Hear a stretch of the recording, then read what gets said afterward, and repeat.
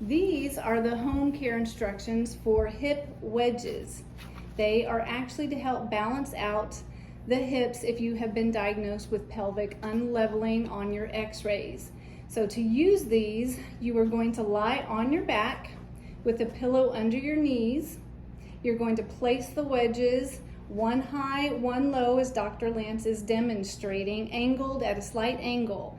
The narrow edge of the wedge goes underneath the hips. The wide edge is going to be outside. And you just wedge them in to patient tolerance. Basically, you push them in closer together as you can as your hips get more normalized. So this is also best to be done on the floor, on a mat, or on a firm mattress.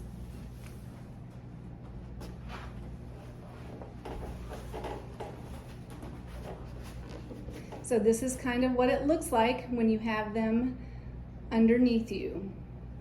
You can refer to your sheet, your home care sheet, to make sure that you put the right one high and the right one low, depending on what you need according to your x-rays. And this is the hip wedges.